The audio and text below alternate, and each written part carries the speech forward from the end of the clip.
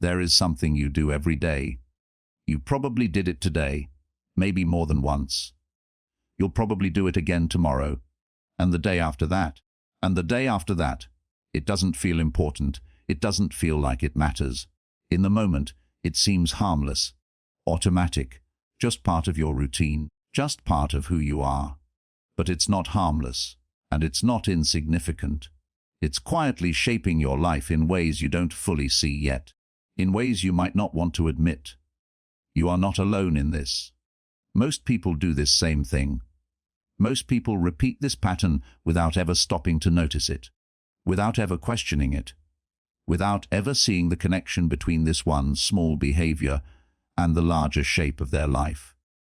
That's what makes it dangerous. Not that it's dramatic, not that it's obviously destructive, but that it's invisible, subtle, repeated so often it becomes background noise, and background noise is easy to ignore.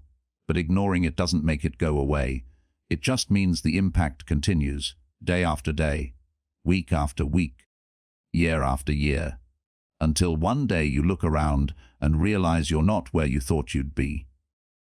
You're not who you thought you'd become, and you can't quite figure out why.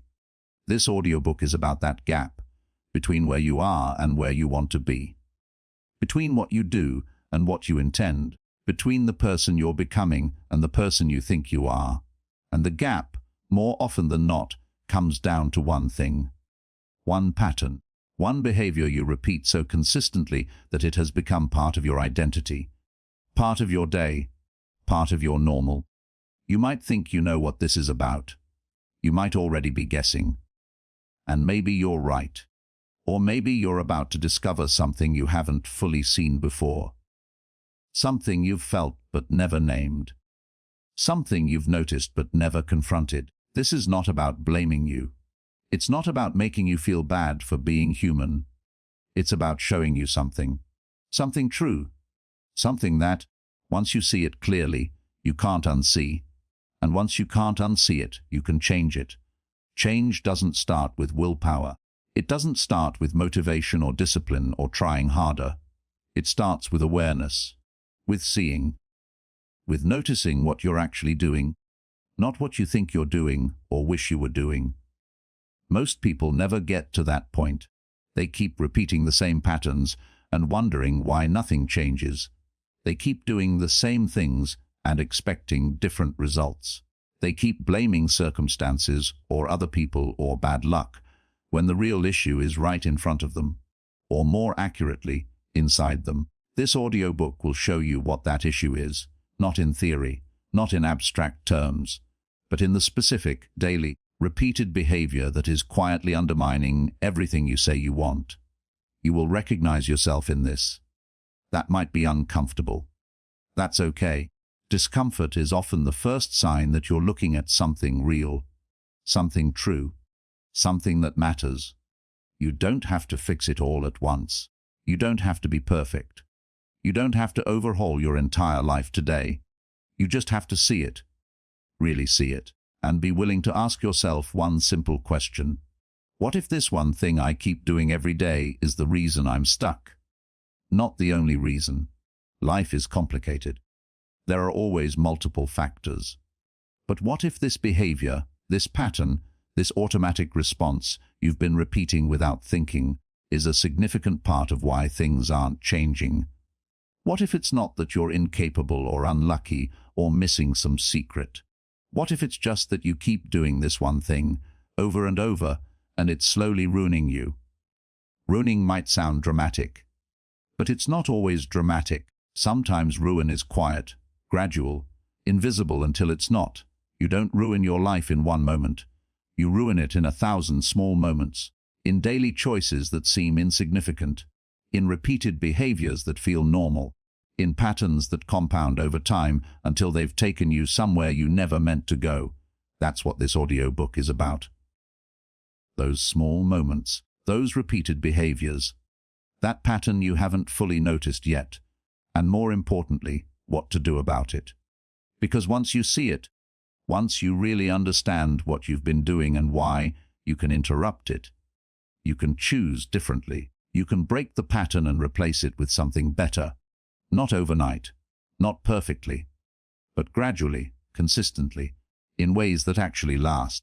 This is not a quick fix. This is not a hack.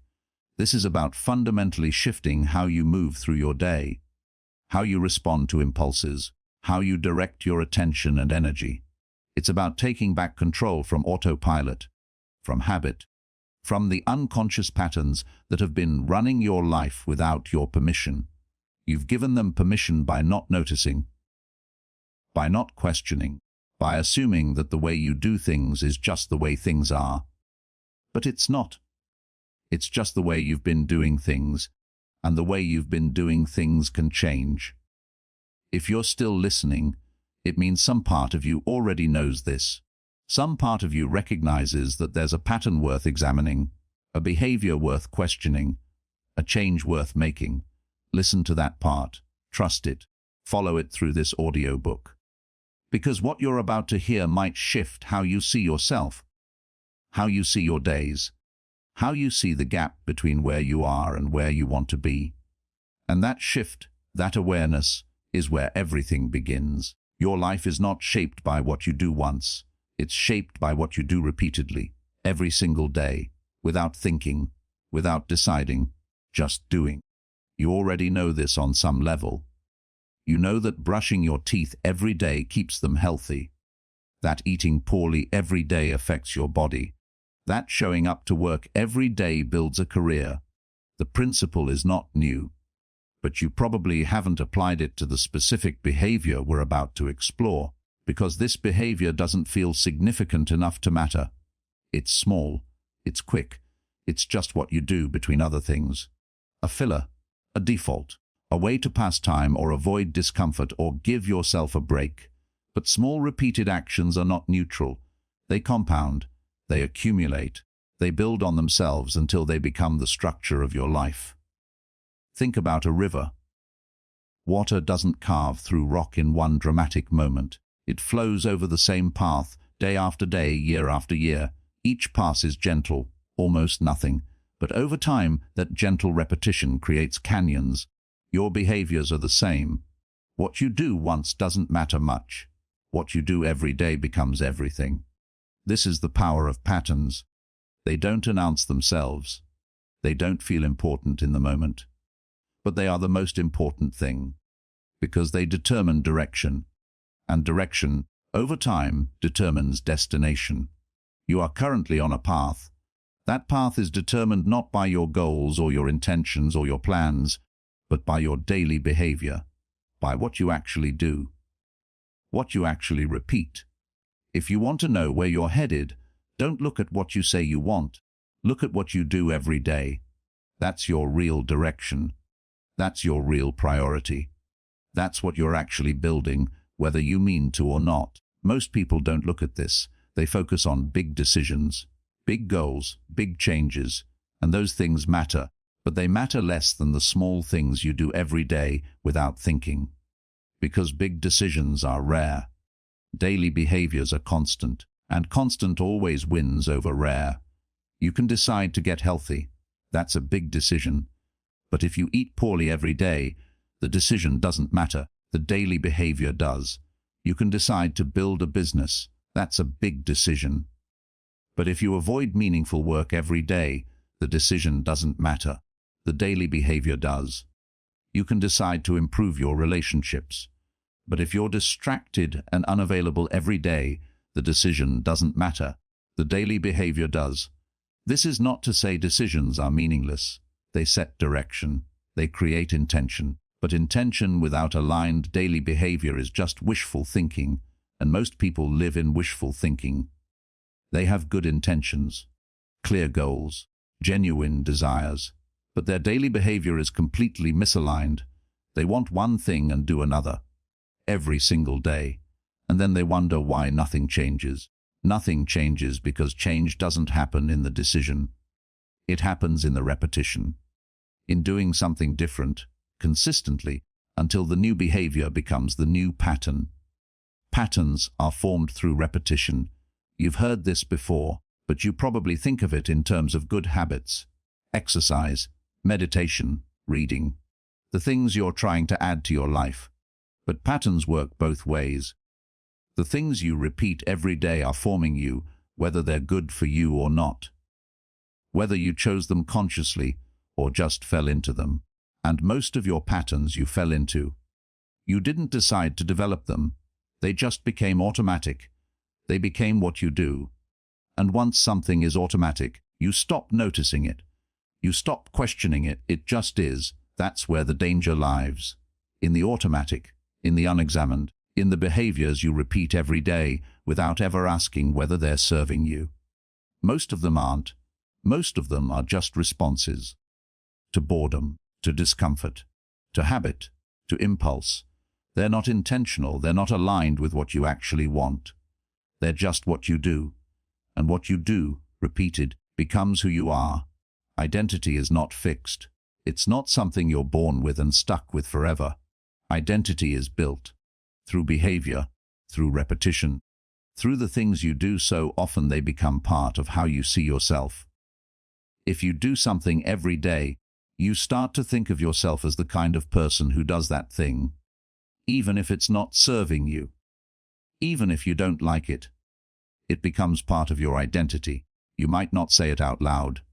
You might not think of it that way, but unconsciously you've integrated it. It's become normal, expected, just who you are, and once it's part of your identity, it's even harder to change. Because now you're not just changing a behavior. You're challenging how you see yourself. This is why most change fails. People try to change behaviors without examining identity. They try to do something different without questioning the story they tell themselves about who they are. But if you see yourself as someone who does this thing, you will keep doing it. Even if you say you want to stop. Even if you know it's not helping. Because behavior follows identity. So the question is not just what are you doing every day. The question is, who are you becoming through what you do every day? Are you becoming more focused or more distracted? More intentional or more reactive? More present or more numb? More in control or more on autopilot? The answer is in your daily behavior, in the patterns you repeat, in the small choices that don't feel like they matter, but are actually determining everything. You can't see this while you're inside it. That's the problem with patterns. They feel normal. They feel like just how things are. You need to step back. You need to observe. You need to see your own behavior from a distance, like you're watching someone else. And when you do, you'll notice things. Things you've been doing for so long you forgot you were doing them. Things that have become so automatic you didn't realize you had a choice. But you do have a choice. Always. You just have to see the pattern first. You have to become aware of what you're actually doing, not what you think you're doing. Because most people are not doing what they think they're doing. They think they're managing their time well. They're not. They think they're being productive. They're not. They think they're making progress. They're not. They're repeating a pattern that feels like progress, but is actually distraction. A pattern that feels like rest, but is actually avoidance. A pattern that feels like living, but is actually just passing time. And the longer the pattern repeats, the stronger it gets. The more ingrained, the more automatic, until it's not something you do. It's just who you are. That's the power of daily patterns. They shape you. Slowly, quietly, inevitably. And the pattern you're about to see clearly, the one you've been repeating without fully noticing, has been shaping you too. Not in the way you want, not toward the life you say you're trying to build, but in another direction entirely. And until you see it, until you really understand what you've been doing every day and what it's been doing to you, nothing will change. So let's look at it. Clearly, honestly, without judgment, just observation. Because observation is the first step toward change, and change is what this is all about. The behavior is this. You spend your days on autopilot. You move through your time without full presence, without intention, without conscious direction. You react instead of respond. You consume instead of create. You distract instead of focus. You avoid instead of engage. This is not one specific action. It's a pattern of actions, a way of moving through the day, a relationship with your own attention and energy. It shows up in different ways. But the core is the same. You are not fully present in your own life. You are not directing your attention. You are letting it be pulled, captured, scattered. And you're doing it every day. Let's be specific. You wake up and you immediately reach for your phone. You don't decide to. You just do it. It's automatic. And before you've even started your day, you've handed your attention to something outside yourself. You scroll. You check. You consume information, opinions, images, updates. None of it is urgent. None of it is important. But you do it anyway. Because it's easy. Because it's there. Because it's what you do. This is the first instance of the pattern. Unconscious consumption. Handing over your attention without thought, without intention, without asking whether this is actually how you want to start your day. Then you move through your morning. Still distracted, still scattered. You're physically doing one thing, but mentally somewhere else. Thinking about what you saw on your phone. Planning what you'll check next. Half present in the actual moment. You sit down to work, or to study, or to do something that requires focus. And within minutes, you're distracted again. You open a tab. You check a notification. You look at something unrelated, not because you need to, but because the pull is strong and your resistance is weak. You tell yourself you'll just look for a minute, just a quick break, just something to reset your brain. But a minute becomes 5. 5 becomes 15, and suddenly you've spent an hour doing nothing that matters. This happens multiple times a day, every single day. The pull toward distraction, the automatic response, the unconscious drift away from what's meaningful toward what's easy. You're not lazy, you're not incapable, you're just on autopilot. And autopilot is not directed toward your goals. It's directed toward comfort, toward ease, toward whatever requires the least resistance. Then there's the consumption, not just information, but content, entertainment, input. You consume constantly, videos, articles, posts, threads. You take in more and more and more without ever stopping to process, to reflect, to integrate. You're filling your mind the way some people fill their stomachs, constantly, mindlessly, beyond what's needed or useful. And just like overeating, overconsumption leaves you sluggish, bloated, numb. But you don't stop, because stopping would require awareness. And awareness would require confronting how much of your day is spent this way, how much of your life is spent passively consuming instead of actively creating. You also avoid. This is part of the pattern too. You avoid the hard things, the uncomfortable things, the things that require focus or effort, or facing something you don't want to face. You know what those things are. The project you keep putting off, the conversation you need to have, the decision you need to make, the work that actually matters. But instead of doing those things, you fill your time with easier things, less important things, things that create the illusion of productivity without the substance. You organize, you plan, you research, you prepare. But you don't actually do the work, because doing the work is hard, and avoidance is easy. So you choose easy, every day. This is not conscious. You don't wake up and decide to avoid meaningful work. You just do. You distract yourself. You tell yourself you're not ready. You convince yourself you need more time or more information or more clarity. But you don't need more of anything. You just need to stop avoiding. And you can't stop avoiding until you see that you're doing it. The pattern also shows up in how you rest, or more accurately, how you don't rest. You collapse, you numb, you zone out. But you don't actually rest. Rest is intentional, it's restorative, it recharges you. What you're doing is not that. You're just escaping from discomfort, from boredom, from the feeling of not knowing what to do with yourself. So you scroll, you binge, you consume, and you call it rest. But it's not.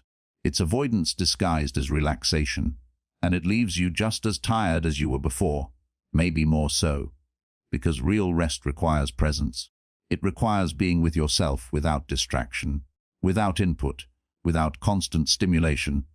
And you're not comfortable with that, so you avoid it every day. Then there's overthinking. You spend enormous amounts of mental energy thinking about things instead of doing things. You plan the same plan multiple times. You rehearse conversations that never happen. You imagine scenarios that never come to pass. You think this is preparation. But it's not. It's just mental spinning. It's your mind trying to create the feeling of control by running through possibilities over and over. But thinking about something is not the same as doing it. And all the time you spend overthinking is time you're not spending acting. You're stuck in your head, paralyzed by analysis, waiting for clarity that only comes through action. This is part of the pattern too. Thinking instead of doing, consuming instead of creating, reacting instead of directing, avoiding instead of engaging. All of these behaviors are connected. They're all expressions of the same core issue. You're not in control of your attention. You're not directing your energy. You're just responding to impulses, to habits, to whatever pulls at you in the moment. And because you're responding instead of directing, you're not building anything. You're not moving toward anything. You're just cycling, day after day, through the same patterns, the same behaviors, the same autopilot responses. This is what's ruining you. Not one big mistake, not one bad decision, but this daily drift, this unconscious movement through time, this pattern of distraction and avoidance and passive consumption that has become so normal you don't even see it anymore. But it's there, in how you start your day, in how you work, in how you rest, in how you spend your free time, in how you avoid what matters and fill the space with what doesn't. It's in every moment you're not fully present. Every moment you're on autopilot. Every moment you're reacting instead of choosing. And those moments add up. They become hours, days, weeks, years. They become your life. You've been living this way for a long time. Maybe so long you can't remember what it was like to live differently. Maybe this feels like the only way. Like just how you are. But it's not how you are. It's just what you've been doing. And what you've been doing can change. First, though, you have to see it. All of it. Not just pieces. Not just the parts you're willing to admit. All of it. The mindless scrolling, the constant distraction, the avoidance of meaningful work, the overthinking without action, the consumption without reflection, the numbing without rest. All of it is part of the same pattern, and the pattern is running your life. You might feel defensive right now. That's normal. No one likes to see their own patterns laid out so clearly. It's uncomfortable. It feels confronting. But this is not about making you feel bad. It's about making you aware, because awareness is the only place change can start. You can't change what you don't see, and you haven't been seeing this. Not fully. Not clearly. You've been too close to it. Too inside it. Too used to it. But now you're seeing it. And once you see it, you can't unsee it. That's the point. Not to shame you, but to show you, so you can choose differently. Because right now, you're not choosing, you're just repeating. And repetition without awareness is not living, it's just existing. You deserve more than that. And getting more starts with seeing what you're actually doing. Every single day, you keep doing it because it works. Not in the way you want. Not toward the outcomes you say you're aiming for. But it works to meet an immediate need, a need you might not even be aware of. The need is simple: comfort, ease, the avoidance of discomfort. Every time you reach for distraction, you're avoiding something. Boredom, anxiety, uncertainty, the discomfort of not knowing what to do next, the discomfort of facing a hard task, the discomfort of being alone with your own thoughts. Distraction solves that. Immediately. It gives you something to focus on, something easy, something that doesn't require effort or decision-making, and in the moment, that feels like relief. So your brain learns. It learns that when you feel uncomfortable, distraction helps. And because it helps, your brain seeks it out, automatically, without your conscious input. This is how habits form, through repetition, through reward. You feel discomfort, you distract, you feel relief, Your brain registers that pattern, and the next time you feel discomfort, your brain suggests the same solution. Over time, the suggestion becomes automatic. You don't even notice the discomfort anymore. You just notice the impulse to distract, and you follow it. This is not weakness. This is not a character flaw. This is just how brains work. They're designed to seek pleasure and avoid pain. They're designed to automate behaviors that work. And distraction works in the short term. But short-term relief creates long-term problems, because while you're avoiding discomfort, you're also avoiding growth. You're avoiding the very things that would move you forward. Growth is uncomfortable. It requires effort, focus, facing things you don't want to face, doing things you don't feel like doing, and your brain, left to its own devices, will always choose comfort over growth. That's why you keep doing this, not because you want to, but because your brain has automated the response. It's learned that distraction equals relief, and it's repeating that pattern every single day. There's also the pull of novelty. Your brain is wired to pay attention to new things, new information, new stimulation. It's a survival mechanism. In the past, noticing new things could mean noticing threats or opportunities. But in the modern world, novelty is infinite. There's always something new to see, something new to consume, something new to check. And your brain responds to that the way it's designed to, with attention. The problem is, most of that novelty is meaningless. It's not a threat. It's not an opportunity. It's just noise. But your brain doesn't know that. It just knows it's new, and new is interesting. So it pulls your attention, and you follow, every time. Because resisting that pull requires effort. It requires overriding a deeply ingrained response. And most of the time, you're not even aware it's happening. You just find yourself scrolling, checking, consuming. This is why breaking the pattern is hard. You're not just fighting a habit. You're fighting your brain's natural wiring. The pull toward novelty, the avoidance of discomfort, the automation of behaviors that provide short-term relief. Then there's the social aspect. You're surrounded by people doing the same thing. Everyone is distracted. Everyone is consuming. Everyone is on their phones, so it feels normal. It feels like just what people do. And when something feels normal, you don't question it. You don't think about whether it's serving you. You just do it, because everyone else is doing it too. This creates a feedback loop. The more normal it becomes, the less you notice it. The less you notice it, the more you do it. And the more you do it, the more normal it becomes. You're also seeking connection, or the illusion of it. When you check your phone, when you scroll through updates, you feel like you're connected to other people, like you're part of something, like you're not alone. But it's not real connection. It's passive observation.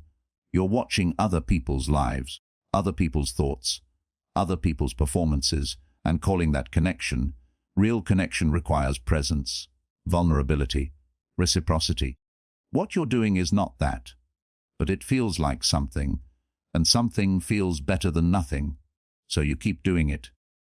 There's also the fear of missing out. You tell yourself you need to stay updated. You need to know what's happening. You need to see what others are seeing. Because if you don't, you might miss something important. But you won't. Most of what you're consuming is not important. It's not urgent. It's not even relevant to your life. But the fear is strong, so you keep checking, just in case. This fear is manufactured. It's created by the platforms you're using. They're designed to make you feel like you might miss something if you're not constantly engaged. And that feeling keeps you coming back. You also do it because you're tired. Decision fatigue is real. When you've spent the day making decisions, exerting self-control, focusing on hard things, your brain is exhausted. And when your brain is exhausted, it defaults to the easiest option, which is autopilot, which is distraction, which is the pattern you've been repeating for so long it requires no effort at all. So at the end of the day, when you're most tired, you're most likely to fall into the pattern, to scroll mindlessly, to consume without thinking, to zone out instead of rest intentionally. You're not choosing this because you think it's good for you. You're choosing it because it's easy. And easy is all you have energy for in that moment. Then there's the avoidance of responsibility.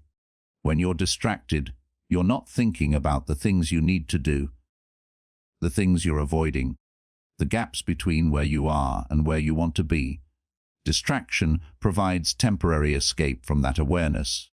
It keeps you from having to face the discomfort of your current situation, from having to acknowledge what's not working. And as long as you can avoid that awareness, you can avoid taking responsibility for it. You can stay comfortable in the familiar pattern, even if that pattern is slowly ruining you. There's also identity at play. You've been doing this for so long it's become part of how you see yourself. You're someone who checks their phone a lot, someone who's easily distracted, someone who procrastinates, someone who struggles with focus. And once something is part of your identity, changing it feels like changing who you are, which is threatening, which creates resistance. So you keep doing it, because doing something different would mean becoming someone different. And that's scary. Even if who you are right now is not who you want to be. All of these reasons work together. They reinforce each other. They create a web of justifications and automated responses that keep you locked in the pattern. You're not doing this because you're weak. You're doing this because you're human, because your brain is doing what brains do, seeking comfort, avoiding pain, automating behaviors, responding to conditioning. But being human doesn't mean you're powerless. It just means you need awareness. You need to see the pattern, understand why it exists, recognize the mechanisms that keep it in place.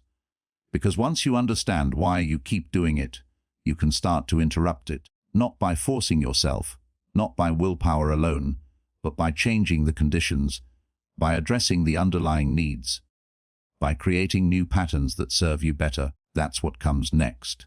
But first, you need to see the cost. You need to understand what this pattern is actually doing to you, over time, day after day.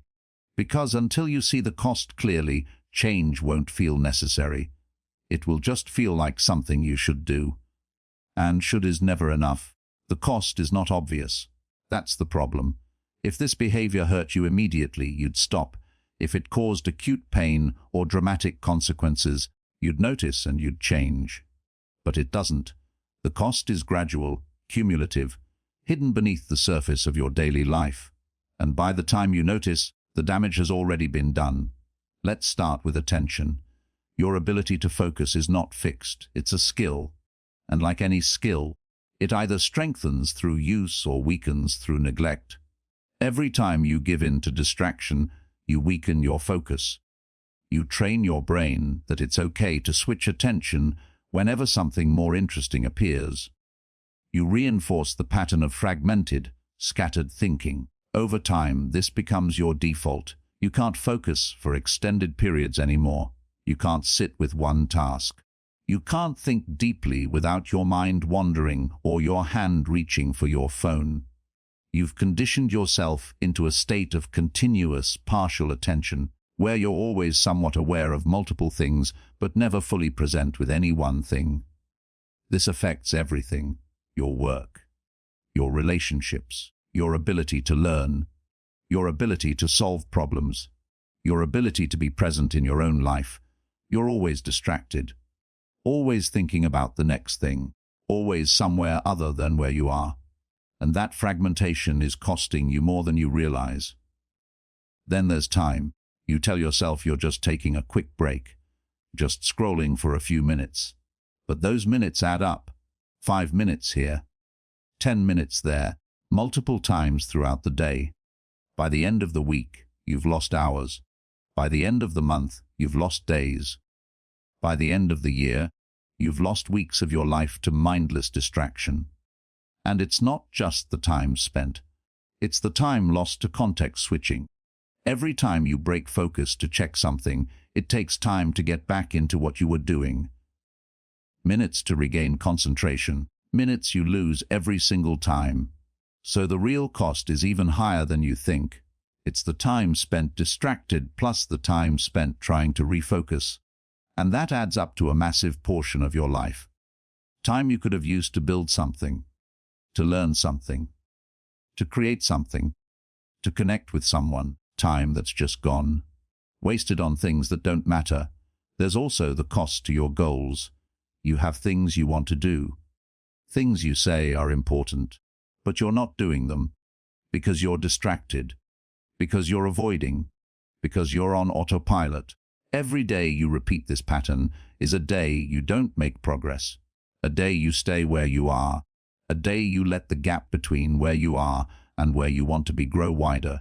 You tell yourself you'll start tomorrow, you'll focus tomorrow, you'll do the work tomorrow, but tomorrow never comes, because tomorrow you do the same thing you did today, and the day before, and the day before that. And so your goals stay goals, your intentions stay intentions, and nothing actually changes.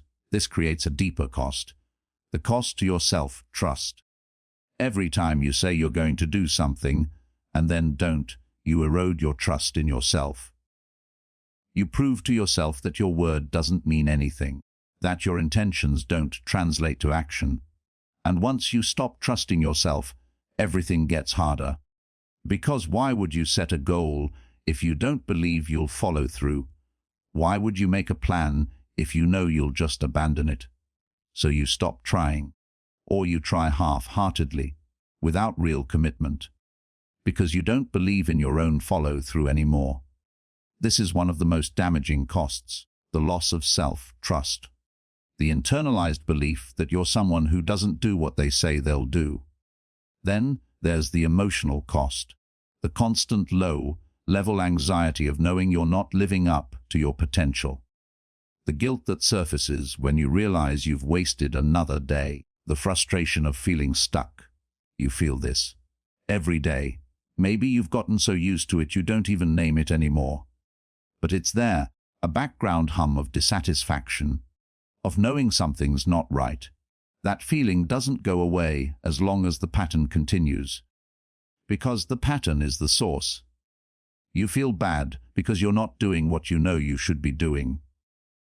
And you know you're not because you can feel the gap between intention and action, between who you want to be and who you're actually being. That gap creates discomfort, and the discomfort creates more avoidance, which widens the gap further. It's a cycle, and it's costing you your peace of mind. There's also the cost to your energy. You think distraction is restful. You think zoning out is a break. But it's not. It's draining. Constant input, constant stimulation, constant switching. Your brain is working the entire time, processing, responding, reacting, but not in a way that's productive or restorative. So you end the day exhausted, even if you didn't do anything meaningful. Even if you spent most of the day distracted, you're still tired. Because distraction is not rest, it's just a different kind of work. And because you're tired, you have less energy for the things that actually matter, for focused work, for real connection, for intentional rest. You're spending your energy on things that don't replenish you, and wondering why you feel depleted. Then there's the cost to your creativity. Creativity requires space. It requires boredom. It requires letting your mind wander without filling every moment with input. But you don't give yourself that space. You fill every gap, every moment of potential boredom, every quiet second with something, a notification, a scroll, a check. So your mind never wanders. It never gets bored. It never has the space to make connections or generate ideas or think creatively. You're consuming constantly, but you're not creating, because creation requires the very thing you're avoiding: space, stillness, presence. And the longer you avoid it, the less creative you become, the more dependent on external input, the less capable of generating something from within. There's also the relational cost. You're with people, but you're not present. You're half listening, half there, checking your phone, thinking about something else. And people feel that. They feel when you're not fully present, when your attention is divided, when you're physically there but mentally somewhere else. This damages relationships. It creates distance. It makes people feel like they don't matter, like they're not interesting enough to hold your attention. And over time, that distance grows, connections weaken, intimacy decreases, because real connection requires presence, and you're not present, you're distracted. Then there's the cost to your sense of meaning. Meaning comes from engaged action, from doing things that matter, from contributing, from creating, from being fully present in your own life. But you're not doing those things, you're consuming, avoiding, distracting, and none of that creates meaning. So you feel empty, unfulfilled, like something's missing. You try to fill that emptiness with more consumption, more distraction, but it doesn't work, because the emptiness comes from lack of engagement. And more consumption just deepens the lack. You're living in a way that doesn't create meaning, and the absence of meaning is one of the deepest costs of all. Finally, there's the cost to your future. The person you're becoming through this pattern is not the person you want to be. You're becoming more distracted, more reactive, more dependent on external stimulation, more avoidant, more disconnected, and the longer you continue, the more ingrained this becomes. The harder it is to change. The more normal it feels. You're building a version of yourself that you don't actually want, through daily repetition, through unconscious behavior, through the pattern you keep repeating without fully seeing. All of these costs are real. They're happening right now, every single day. But they're not obvious. They're not dramatic. They're just quietly accumulating, until one day you realize you're not where you thought you'd be. You're not who you thought you'd become. And the reason is this pattern, this daily behavior you didn't think mattered. But it does matter, more than almost anything else, because it's repeated, and repetition is everything. The cost is your focus, your time, your goals, your self-trust, your peace, your energy, your creativity, your relationships, your meaning, your future. That's what this pattern is costing you, and it's costing you every single day. Awareness doesn't mean you suddenly have all the answers. It doesn't mean you immediately know how to fix everything. It just means you see clearly, without denial, without justification. You see the pattern. You see what you're doing. You see the cost, and you acknowledge it, not with shame, not with self-criticism, just with honesty. This is where change begins, not in action, not in trying harder, but in seeing. Because you can't change what you don't see, and until now, you haven't been seeing this.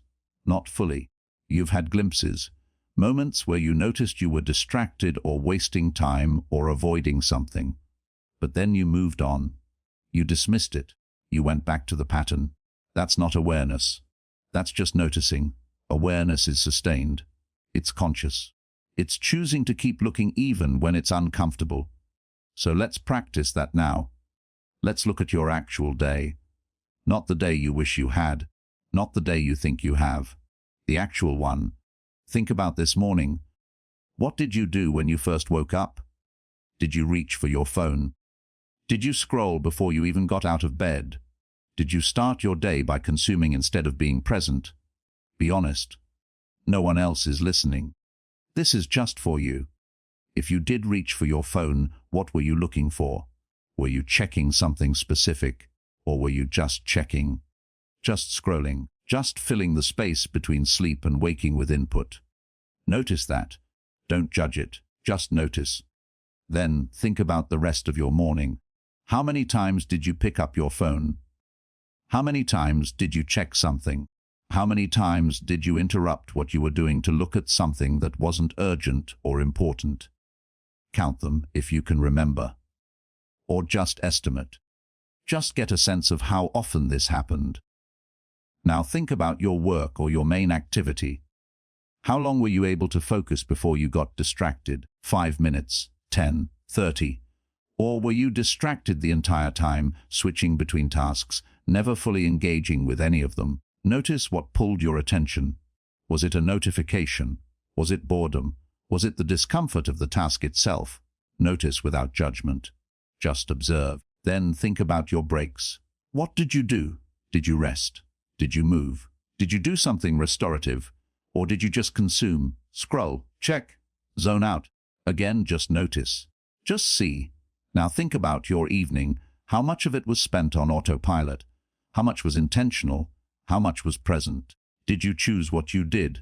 Or did you just default to the pattern, the same behaviors, the same distractions, the same consumption? See it clearly, all of it, not to make yourself feel bad, but to know, to have accurate information about what your days actually look like. Because most people don't know. They think they know. They have a vague sense. But they haven't actually looked closely. They haven't tracked. They haven't observed. And without observation, there's no awareness. And without awareness, there's no change. So observe. Over the next few days, just watch yourself. Not to change anything yet. Not to force different behavior. Just to see. See how often you reach for distraction. See what triggers it. See what you're avoiding. See how much of your day is spent on autopilot versus how much is spent with intention. Write it down if that helps. Keep a simple log, not detailed, just enough to see the pattern clearly. Notice when you're about to distract yourself and pause, just for a second. Ask yourself what you're feeling. Are you bored, uncomfortable, anxious, tired? Don't try to fix it, just notice. Notice what you do when you're faced with a hard task. Do you dive in? Or do you immediately look for something easier, something more comfortable? Notice how you feel after you've been distracted for a while. Do you feel rested, energized, or do you feel foggy, drained, guilty? Notice what you tell yourself, the justifications, the rationalizations, the stories you use to make the behavior seem okay. Just notice all of it, without changing it, without judging it, just seeing. This is awareness. This is the foundation, and it's harder than it sounds, because your instinct will be to change as soon as you notice, to stop doing the thing, to force a different behavior. But that's not the point yet. The point is just to see. Because if you try to change before you fully understand the pattern, the change won't last.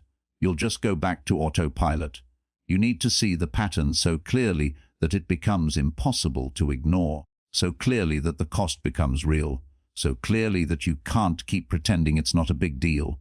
That takes time, days, maybe weeks, of just observing, just noticing, just being aware, and it will be uncomfortable, because awareness brings you face to face with the gap between who you are and who you want to be, between what you're doing and what you say matters to you.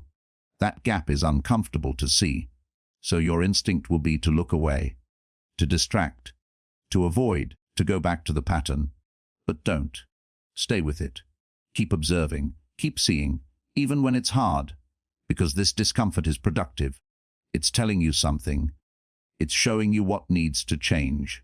And you need that information. You also need to notice the moments when you're not in the pattern, when you're present, when you're focused, when you're engaged. Those moments exist. They're just fewer than you'd like. But they're there, and they're important. Notice what makes those moments possible. What conditions allow you to be present, to focus, to engage? Is it the time of day, the environment, the task itself, the absence of your phone, the presence of accountability? Notice what works, because those are clues. Those are the conditions you need to create more of. Also notice how you feel in those moments. More alive, more satisfied, more like yourself. Remember that feeling, because that's what you're aiming for. Not perfection, not constant productivity, but presence, engagement, aliveness. And the more you notice the contrast, the more clear it becomes. The pattern is keeping you from that. The distraction, the avoidance, the autopilot. It's all keeping you from feeling fully alive in your own life. That awareness is powerful, not because it gives you a quick solution, but because it makes the cost real. It makes the pattern visible. It makes change feel necessary instead of optional. And once change feels necessary, you're ready to act, not impulsively, not through force, but intentionally, with understanding, with a clear sense of what you're moving away from and what you're moving toward. That's what awareness creates. Clarity, motivation, direction, but it starts with seeing, really seeing what you're actually doing every single day. So keep observing, keep noticing, keep being honest with yourself, because awareness is not a one-time thing. It's ongoing. It's a practice. It's something you return to again and again, and the more you practice it, the clearer things become, the more obvious the pattern, the more undeniable the cost, the more ready you are to do something different. That readiness is what you're building right now, through observation, through honesty, through sustained awareness. And once you're ready, the next step becomes clear. You can't stop the pattern through willpower alone. You've probably tried that already. You've told yourself you'll stop checking your phone so much, you'll focus better, you'll stop procrastinating, and maybe it works for a day, maybe even a few days, but then you're back in the pattern, because willpower is finite, and the pattern is automatic. What you need is not more willpower. What you need is interruption, a way to catch yourself in the moment, to create a gap between impulse and action, to give yourself a choice. Right now, there's no gap. You feel the impulse and you act. You want to check your phone, so you do. You want to avoid the hard task, so you do. There's no pause, no conscious decision, just automatic response. Interruption creates that pause. It creates space. And in that space, choice becomes possible. Here's how you do it. You add friction. You make the automatic behavior slightly harder. Not impossible, just harder. Enough that it breaks the automation. If you automatically reach for your phone, put it in another room, not just across the room. Another room, so that reaching for it requires getting up, walking, making a conscious choice. That physical distance creates friction. It interrupts the automatic reach. And in that interruption, you have a moment. A moment to ask yourself, do I actually need to check this right now? Or is this just impulse? Most of the time, it's impulse. And most of the time, once you notice it's impulse, you can choose differently. You can also use visual cues. Put a rubber band around your phone, or a piece of tape. Something that makes you notice before you pick it up. Something that reminds you to pause. The cue doesn't have to be complicated. It just has to interrupt the automation, to make you aware that you're about to do the thing you said you wanted to do less of. Another form of interruption is time-based. Set a timer. Tell yourself you'll focus for 20 minutes without checking anything. Just 20 minutes. That's not a huge commitment. It's manageable. But it creates a boundary, a space where distraction is not allowed. And once you make it through 20 minutes, you've interrupted the pattern. You've proven to yourself that you can focus, that you can resist the pull, that you're capable of more than you thought. Then you can extend it. 30 minutes, 40 an hour, not all at once, gradually, building the capacity over time. You can also interrupt the pattern by changing your environment. If you always get distracted in a certain place, work somewhere else, somewhere without the usual triggers. Environment shapes behavior more than you realize. When you're in the same place, doing the same things, your brain defaults to the same patterns.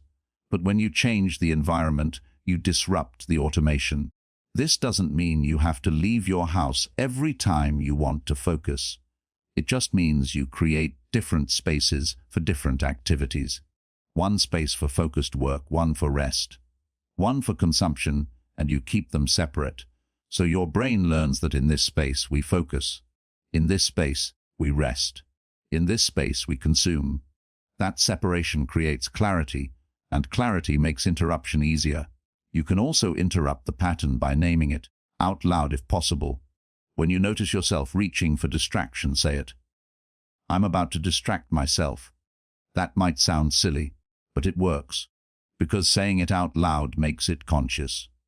It takes the behavior out of the shadows and puts it in the light. And once it's in the light, it's harder to do unconsciously. You can still choose to do it, but now it's a choice, not an automatic response. Interruption also requires noticing your triggers. What makes you reach for distraction? Is it a specific feeling, a specific time of day, a specific type of task? Once you know your triggers, you can prepare for them. You can anticipate the impulse and create an alternative response. For example, if you always get distracted when you're bored, have a list of things you can do instead. Things that are engaging but not consuming. Things that require presence. A short walk. A few minutes of stretching. A brief period of just sitting without input. Anything that meets the need without falling into the pattern. The key is to have the alternative ready, because in the moment of impulse, your brain will default to the easiest option, and the easiest option is the pattern. But if you've prepared an alternative, if you've decided in advance what you'll do instead, you have a better chance of choosing it. Another powerful form of interruption is accountability. Tell someone what you're trying to change. Ask them to check in with you, to ask how you're doing. External accountability creates a different kind of friction. It makes the behavior less private, less easy to hide from, and when you know someone is going to ask, you're more likely to notice, more likely to pause, more likely to choose differently. You can also create internal accountability. At the end of each day review, ask yourself how many times you fell into the pattern, how many times you interrupted it, what worked, what didn't. This isn't about judgment. It's about feedback, about learning, about refining your approach. And over time, the interruptions become more frequent. The pattern loses its grip. The automatic response weakens. But this doesn't happen overnight. It takes repetition. Just like the pattern was built through repetition, it's interrupted through repetition. Every time you catch yourself, you weaken the pattern. Every time you pause, you create space. Every time you choose differently, you strengthen a new response. It's not about being perfect. You won't catch yourself every time. You'll still fall into the pattern, probably multiple times a day at first. But that's okay. The goal is not perfection. The goal is awareness, interruption, choice. And every time you manage to interrupt, even once, you're making progress. You're proving to yourself that you're not powerless, that you can change, that the pattern doesn't own you. That proof matters. It builds confidence. It builds momentum. And momentum is what carries you through the hard moments. Because there will be hard moments, moments when the pull is strong and your resistance is weak. Moments when you just want to give in. And sometimes you will. That's human. But the difference is, you'll notice. You'll be aware. You'll see it happening instead of being completely unconscious. And that awareness, even in the moments you give in, is progress. Because awareness is the foundation of everything else. So focus on interruption, on creating friction, on catching yourself, on pausing, not to punish yourself, not to force perfection, but to create choice, because choice is power, and power is what you're reclaiming. One interruption at a time. Interrupting the pattern is necessary, but it's not enough, because if you just remove the behavior without replacing it, you create a vacuum, and vacuums get filled. Usually with the same thing you just removed.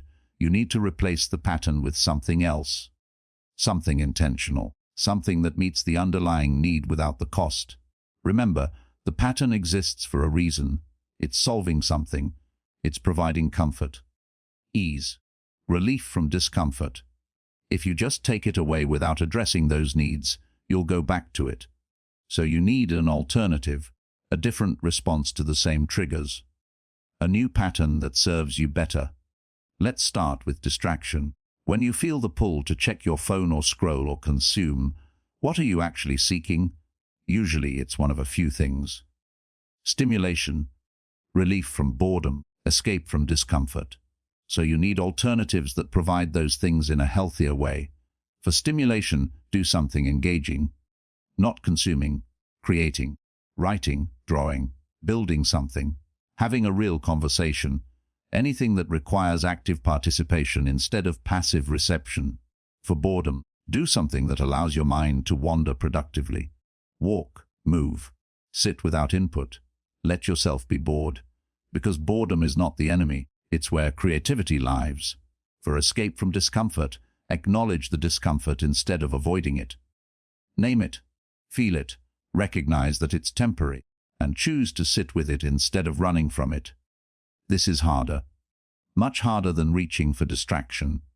But it's also more effective, because when you sit with discomfort, it passes, and you learn that you can handle it, that you don't need to escape. That learning is powerful. It breaks the cycle. It removes the need for constant distraction. You can also replace consumption with creation. Instead of scrolling, write. Instead of watching, make something. Instead of taking in, put out. Creation requires focus. It requires presence. It requires you to be active instead of passive. And that shift from passive to active changes everything. It changes how you feel. It changes what you build. It changes who you become. Because creation is generative. It adds to the world. It adds to you. Consumption just fills time. Creation builds something. You can also replace overthinking with action. When you notice yourself spinning mentally, running through the same thoughts over and over, stop. Do something. Anything. Take one small action related to what you're thinking about. Action breaks the cycle of overthinking. It moves you from mental to physical, from abstract to concrete. And concrete is where progress happens. You don't need clarity before you act. You get clarity through action. So act, even if it's imperfect. Even if you're not sure, just move. For avoidance, replace it with tiny steps. You avoid because the task feels too big, too overwhelming, too hard. So make it smaller. Don't think about finishing the project. Think about working on it for 10 minutes. Don't think about writing the whole thing. Think about writing one paragraph. Don't think about solving the whole problem. Think about taking one small step. Small steps are manageable. They don't trigger the same avoidance response. And once you start, momentum carries you further than you expected. So replace avoidance with small, specific, doable actions. Not someday, not when you feel ready. Now, today, this moment. You can also replace numbing with actual rest. When you're tired, rest, but rest intentionally. Not by scrolling, not by consuming, but by being still, by being quiet, by letting your mind and body actually recover. Real rest is restorative. It recharges you. It gives you energy. What you've been doing is not rest. It's just a different kind of stimulation, and it's leaving you depleted. So try real rest. Lie down without your phone. Sit outside without input. Close your eyes. Breathe. Let yourself be without doing. At first, this will feel uncomfortable. Your mind will want something to do. Your hands will want something to hold. But stay with it. Let the discomfort be there. It will pass. And when it does, you'll feel something different. Something you haven't felt in a while. Actual rest. Actual peace. That feeling is worth protecting. It's worth building into your day. It's worth prioritizing over the false rest of distraction. For social connection, replace passive observation with active engagement. Instead of scrolling through other people's updates, reach out. Have a real conversation. Ask real questions. Be present with real people. Real connection is uncomfortable sometimes. It requires vulnerability. It requires effort. But it's also nourishing in a way that passive consumption never is. So prioritize it. Make time for it. Choose it over the easier, emptier alternative. You can also replace scattered attention with focused blocks. Instead of trying to do everything at once, do one thing at a time. Fully, completely, without distraction. Set a timer. Close everything else. Focus on one task until it's done or until the timer goes off. Then move to the next thing. This is how deep work happens, how meaningful progress happens, how satisfaction happens. And the more you practice it, the easier it gets. Your brain learns that it's capable of sustained focus, that distraction is not necessary, that you can be present with one thing. Finally, replace autopilot with intention. Start each day by deciding not just what you'll do, but how you'll show up, who you'll be. Will you be distracted or present, reactive or intentional, on autopilot or in control? Decide before the day begins. Write it down if that helps. Just make it conscious. Make it a choice. And then throughout the day, check in. Am I being the person I decided to be this morning? Or have I slipped back into autopilot? When you notice you've slipped, don't criticize. Just notice and choose again.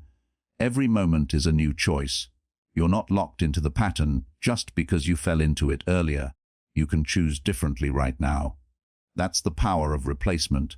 It gives you something to choose, not just something to avoid, but something to move toward. And moving towards something is always more effective than moving away from something.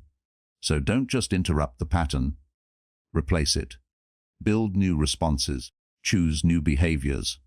Not all at once, one at a time, starting with whichever one feels most doable, and then repeat, consistently, daily, until the new behavior becomes the new pattern, until the new pattern becomes the new normal, until the new normal becomes who you are. That's how lasting change happens. Not through force, through replacement, through choosing differently, again and again, until different becomes default. You are not stuck. You are just repeating. And what you repeat, you can change. This audiobook has shown you something. Not something you didn't know, but something you weren't seeing clearly. The pattern, the behavior, the daily repetition that's been shaping your life without your full awareness. You've seen it now. You've seen what it is, why you do it, what it's costing you, and what you can do instead. That seeing is the most important part, because you can't change what you don't see, and you've been operating in the dark. Moving through your days on autopilot, repeating behaviors without questioning them. But now there's light. Now there's awareness. And awareness changes everything. It doesn't change things instantly. It doesn't make the pattern disappear, but it makes choice possible. And choice is where your power lies. You've learned that this is not about one big decision. It's not about a dramatic life overhaul. It's about small daily behaviors, about what you do repeatedly, about patterns. And patterns are built one repetition at a time, which means they can be changed one repetition at a time. You don't have to be perfect. You don't have to change everything at once. You just have to notice, to interrupt, to choose differently when you can. Every time you do, you weaken the old pattern, and you strengthen a new one. Over time, those small choices added up. They compound. They become new habits, new defaults, new ways of being. And those new ways of being create a new life, not someday, not in some distant future, but gradually, steadily, through daily repetition. You've also learned that awareness is ongoing. It's not something you achieve once and then forget about. It's something you practice. Daily, moment by moment, you'll slip back into the pattern. That's normal. That's human. The pattern has been running for a long time. It's not going to disappear immediately. But now when you slip, you'll notice. You'll see it happening, and you'll have the tools to interrupt, to choose differently, to come back. That's progress. Not perfection, progress. And progress is enough. It's more than enough. Because progress, sustained over time, creates transformation. You are capable of this. You've proven that just by listening this far, just by being willing to see, just by staying present with the discomfort of recognizing your own patterns, that willingness is everything, because change doesn't require perfection. It requires willingness, willingness to see, willingness to try, willingness to keep choosing differently even when it's hard. You have that willingness. Use it. Start today, not tomorrow, not when things are easier, not when you feel more ready. Today, start by noticing. Just notice what you do when you wake up, when you're bored, when you're uncomfortable, when you're avoiding something. Just see it, without judgment, without criticism, just observation. And then, when you're ready, interrupt, create friction. Pause. Choose differently. Replace one instance of the pattern with something intentional. One instance. That's all. And then do it again tomorrow, and the next day, and the day after that. Not perfectly, not every time, just more often than you did before. That's how this works. Small changes, repeated consistently, over time. You don't need to understand everything. You don't need to have it all figured out. You just need to start, and then keep going. One day at a time, one choice at a time, one interruption at a time. The pattern has been running your life, but it doesn't have to. Because you see it now, and seeing is the beginning of freedom. Freedom from autopilot, from unconscious repetition, from behaviors that don't serve you. Freedom to choose, to direct your attention, to shape your days intentionally. That freedom is available to you, right now, not someday. Now, all you have to do is use it. You don't need to change everything at once. You just need to notice what you keep doing every single day, because the moment you become aware of it is the moment you begin to take control. And control, built through small daily choices, is what creates the life you actually want to live, not the life that happens to you, but the life you build, intentionally, consciously, one day at a time. That life is possible. You're capable of it. You just have to start. So start, notice, interrupt, replace, watch what changes, not overnight, but gradually, steadily, unmistakably, because you're not broken. You're not stuck. You're just in a pattern. And patterns can change. Starting now,